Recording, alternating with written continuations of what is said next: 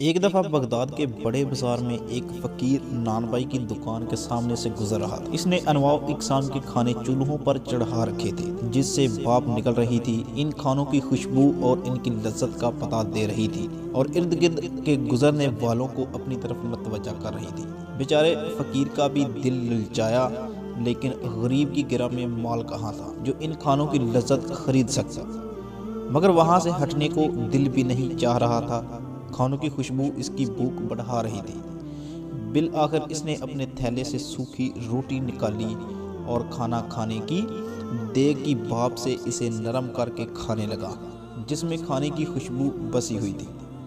نان بھائی چپ چاپ یہ تماشا دیکھتا رہا۔ جب فقیر کی روٹی ختم ہوئی اور وہ چلنے لگا تو نان بھائی نے اس کا راستہ روک لیا اور پوچھا، کیوں او مسٹنڈے، کہاں بھاگا جاتا ہے اور میرے پیسے نکال۔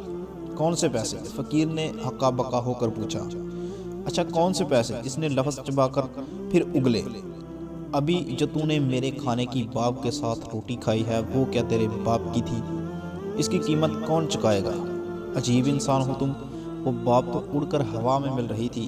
اگر میں نے اس کے ساتھ روٹی کھا کر خود کو بہلانے کی کوشش کی ہے تو اس میں تیرا کیا چلا گیا جس کی میں قیمت ادا کروں؟ فقیر نے پریشان ہو کر کہا، بس بس اب ادھر ادھر کی باتیں مت کر، میں تیری جان ہرگز نہیں چھوڑوں، میں اپنا وصول کر کے رہوں گا۔ نان بھائی نے اس کا گریبان پکڑ لیا۔ فقیر بیچارہ پریشان ہو گیا اور اس کے ہٹے کٹے نان بھائی سے جان چھڑانا مشکل ہو گیا۔ ان کی تکرار بڑھتی جا رہی تھی اور ادھر بہلول ادھر سے گزر رہے تھے۔ ان کے قریب رک کر ان کی باتیں سننے لگے۔ فقیر نے اپنا ہمدرد سمجھ کر ساری بات اسے سنائی تو وہ نان بھائی سے بولا، بھائی یہ تو بتاؤ کیا اس غریب آدمی نے تمہارا کھانا کھایا ہے؟ نہیں، کھانا تو نہیں کھایا، مگر میرے کھانے کی بھاپ سے فائدہ تو ضرور اٹھایا ہے۔ میں نے اس کی قیمت مانگی ہے لیکن اس کی سمجھ میں یہ بات آ ہی نہیں رہی۔ نان بھائی نے بتایا، بالکل درست کہہ رہے ہو برادر، بالکل درست۔ بہلول نے سر ہلایا اور اپنی جیب سے مٹھی بھر سکے نکالے۔ وہ ایک ایک کر کے ان سکوں کو زمین پر گراتا جاتا اور کہتا جاتا، نان بھائی